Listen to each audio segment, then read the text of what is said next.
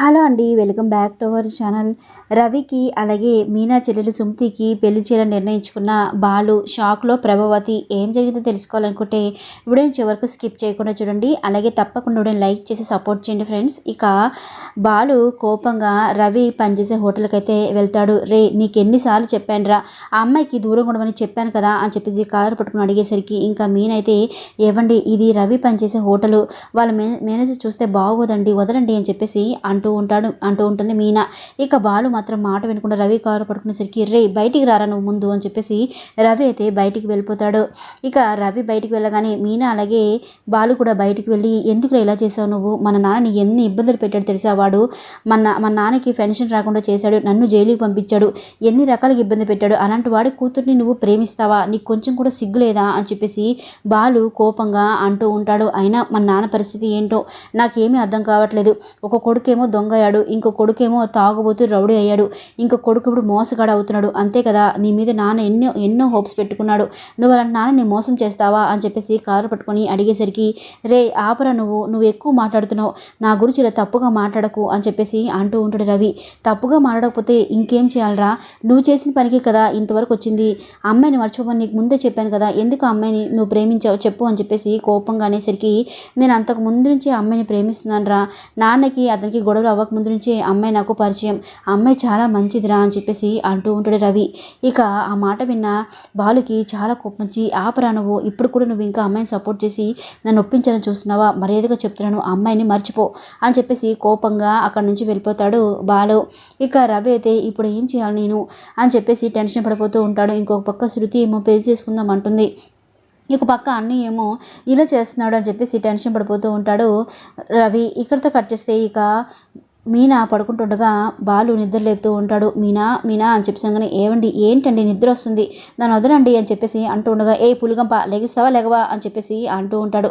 ఇక వెంటనే మీనా తుల్లిపడి లెగుస్తుంది. ఏంటండి నిద్ర వస్తుంది నాకు, ఎందుకు ఇలా డిస్టర్బ్ చేస్తున్నాను నన్ను అని చెప్పేసి మీనా అనేసరికి, ఏంటి అసలు ఇంతకీ రవి అమ్మాయిని మర్చిపోతాడంటావా మర్చిపోడా అని చెప్పేసి కానీ, ఇక మీనా అయితే మర్చిపోడండి, ఇందాక కూడా రవి అన్నం తినకుండా చేతులు కడుక్కొని వెళ్ళిపోయాడు, నేను గమనించాను, రవి చాలా బాధపడుతున్నాడు, వాళ్ళిద్దరూ ఒకరినొకరు ప్రేమించుకుంటున్నారు, వాళ్ళకి మనం పెళ్లి చేద్దామండి అని చెప్పేసి అంటూ ఉంటుంది.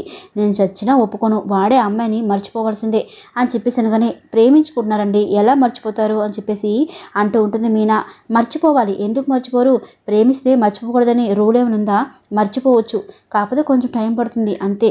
ఈ రోజుల్లో అమ్మాయిలు ఎలా ఉన్నారు, ఒకరిని కాదనగానే ఇంకొని చూసుకొని ప్రేమించుకొని పెళ్లి చేసుకొని సెటిల్ అవ్వట్లేదా ఏంటి అని చెప్పేసరికి మీనాకి డౌట్ వస్తుంది. ఏంటి మీరేమైనా అంతకుముందు ఎవరైనా ప్రేమించారా ఏంటి, మంచి ఎక్స్పీరియన్స్ ఉన్నట్టు మాట్లాడుతున్నారు అని చెప్పేసి మీన అడిగేసరికి, నేనా ప్రేమ, నాకంత సీన్ లేదు అని చెప్పేసి అంటూ ఉంటాడు.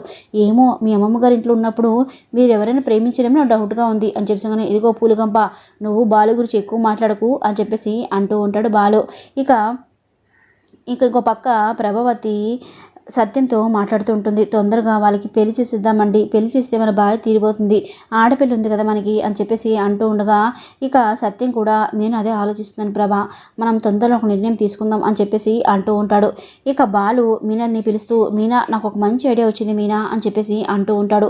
ఏంటండి ఏంటి ఐడియా అని చెప్పేసి అంటూ ఉండగా, ఏం లేదు, మన రవికి అలాగే మీ చెల్లెలు సుమతికి ఇచ్చి పెళ్లి చేద్దాము అని చెప్పేసి అనేసరికి, ఏంటంటే మీరు మాట్లాడుతుంది, ఇలా చేస్తే ఇంకా అత్తే నన్ను ఉంచుతారా, అస్సలు నన్ను ఉంచరు అని చెప్పేసి అంటూ ఉంటుంది మీనా.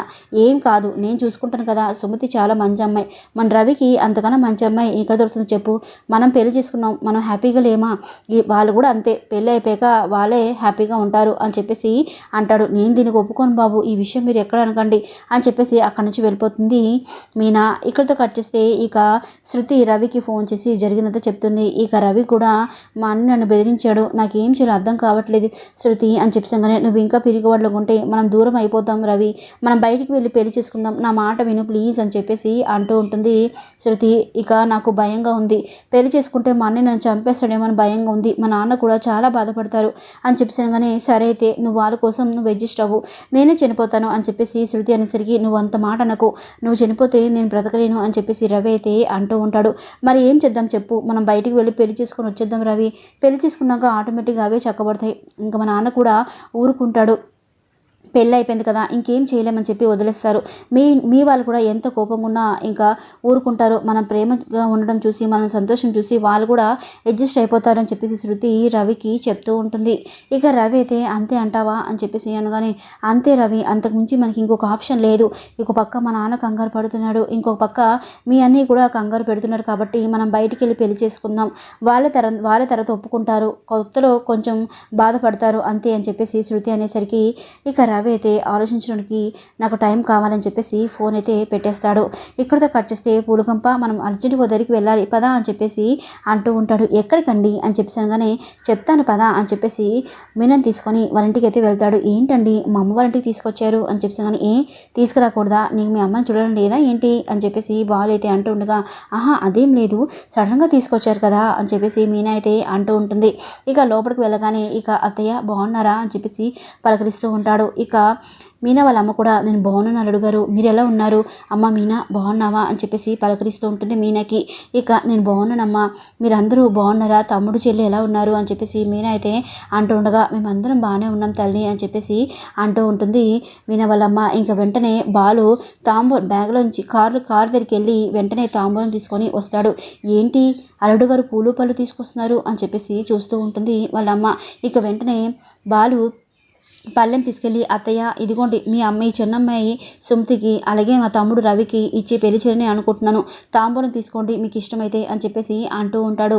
ఇక మాట విన్న మీనా అలాగే మీనా వాళ్ళమ్మ ఒక్కసారిగా స్టన్ అయిపోతారు. ఏంటి అల్లుడు గారు ఇంత సడన్గా వచ్చి పెళ్ళి అంటే ఎలాగా, మీ అమ్మగారికి కూడా నచ్చాలి కదా అని చెప్పేసి అంటూ ఉంటుంది.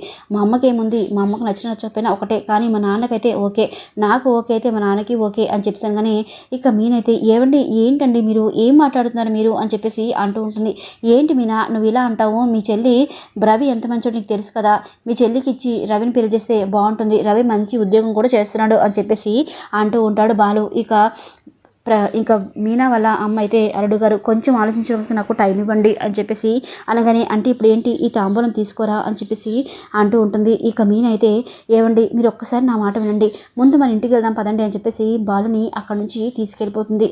ఇక మీనా వాళ్ళ అమ్మ అయితే, ఇప్పుడు మీనాకిచ్చి పెళ్లి చేసి చాలా బాధలు పడుతున్నాం, ఇప్పుడు అదే ఇంటికి మళ్ళీ నా చిన్న కూతురిచ్చి తను కూడా బాధలు పడేటట్టు చేయలేను అని చెప్పేసి బాధపడిపోతూ ఉంటుంది మీనా వాళ్ళమ్మ. ఇంకొక పక్క రవి శృతి కలుసుకొని మనం పెళ్లి చేసేసుకుందాం అని చెప్పేసి అనుకుంటూ ఉంటారు. ఇక నాకు భయంగా ఉంది అని చెప్పి శృతి అనగానే, ఏం భయపడకు, స్టార్టింగ్ గొడవలు అవుతాయి, తర్వాత మా డాడీ మీ నాన్నగారు అందరూ అడ్జస్ట్ అయిపోతారు, మనం హ్యాపీగా ఉందాం. ఇలా ఈ స్టార్టింగ్ కొన్ని రోజులు గొడవలకి మనం భయపడి దూరం అయిపోతే జీవితాంతం నువ్వు నన్ను, నేను నిన్ను తలుచుకొని బాధపడుతూ ఉండాలి రవి, పద మనం పెళ్లి చేసుకుందామని చెప్పేసి ఇద్దరు నిర్ణయించుకొని గుడికి వెళ్ళి పెళ్లి చేసుకుంటారు. ఇక పెళ్ళి అయిపోయాక ఇంటికైతే వస్తారు. ఇక ఇంటికి రాగానే బాలు చూసి ఒక్కసారిగా స్టన్ అయిపోతాడు. ఏంట్రా ఏం చేసావు నువ్వు అని చెప్పేసి రవి చెంపైతే పగలగొడతాడు. ఇక ఏంట్రా ఎంత పని చేసావు నువ్వు అని చెప్పేసి సత్యం అయితే మాట్లాడుతూ ఉండగా, ఈ అమ్మాయి ఎవరు, ఎందుకు పెళ్లి చేసుకున్నావు అని చెప్పేసి అనగానే ఇంకా బాలు అయితే మొత్తం చెప్తాడు. రాబోయే ఎపిసోడ్ ఇలాగ ఉండబోతుంది ఫ్రెండ్స్. వీడియోని ఖచ్చితంగా లైక్ చేసి ఛానల్ సబ్స్క్రైబ్ చేసుకొని ప్లీజ్ ఫ్రెండ్స్ సపోర్ట్ చేయండి. Thanks for watching.